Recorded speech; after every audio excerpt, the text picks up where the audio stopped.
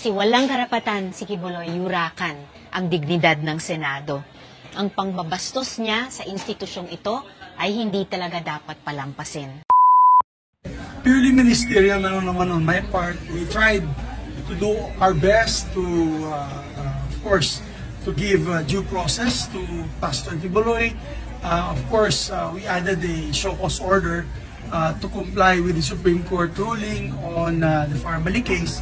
So I requested the chairperson to give out a show cause order, and of course Pastor Quiboloy's camp answered it was not satisfactory on the part of the committee, and therefore we had no other choice but to issue the warrant of arrest. We tried our best, even back channeling, to ask Pastor Quiboloy to attend the best possible way we can through other intermediaries, pero ayaw talaga niya pumunta dito, so we have no other choice but to issue the warrant of arrest. Napapanahon po ang aksyong ito para sa bawat babae ngayong buwan ng kababaihan. At nagpapasalamat ako, dagang salamat kay Senate President Mig Zubiri sa kanyang pagpirma sa arrest order. Kasi walang karapatan si Quiboloy yurakan ang dignidad ng Senado. Ang pangbabastos niya sa institusyong ito ay hindi talaga dapat palampasin. Higit na pasasalamat sa lahat ng mga testigo na naglakas loob na makilahok sa dambuhalang labang ito.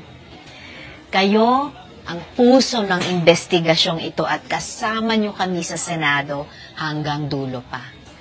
Mabilis lang na pagklaro.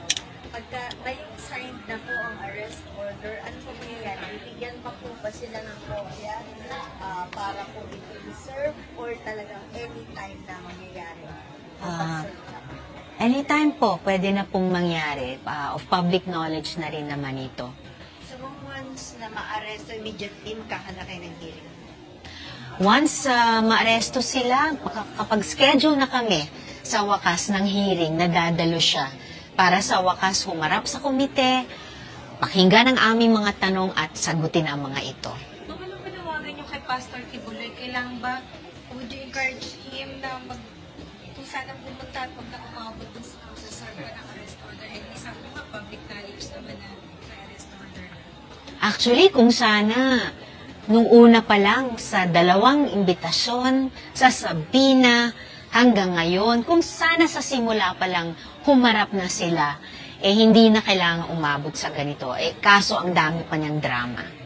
Ma'am, clarification, anytime kahit naka-session break yung Senate, pwedeng mag-conduct ng Senate hearing? Opo, practice naman dito sa Senado, kahit naka-break kami, authorized naman ang mga komite na mag-conduct ng aming trabaho.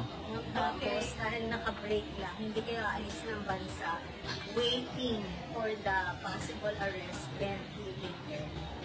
Wala po akong schedule umalis ng bansa. Sana si Quiboloy din hindi tumakas, kaya nga't nauna na akong nanawagan sa Bureau of Immigration, bantayan yung ating mga borders para hindi doon makatakas si Quiboloy. Identify ba yung location niya, yung whereabouts ni Quiboloy?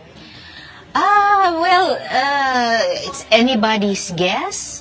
Pero lagi yung aming mga sampina, yung show cause order, lahat po ipinadala at doon inireceive sa kanilang address sa Davao. Thank you, ma'am. Magpahawak lang daw po. Sure.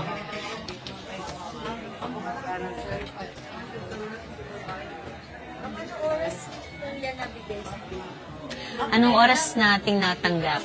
Ngayong 1 p.m., 2 p.m., ngayong mga 2 p.m. How does it feel moving that arrest? So good. Umani naman ito ng iba't ibang reaksyon mula sa ating mga netizens. Ayon kay Anling Villanueva, Pastor Quiboloy deserved to be arrested. He is not above the law nor God. He must obey the rule of law. Pahayag naman ni Helen San Diego, good news. Thank you Senator Risa Hontiveros and the good senators on your side.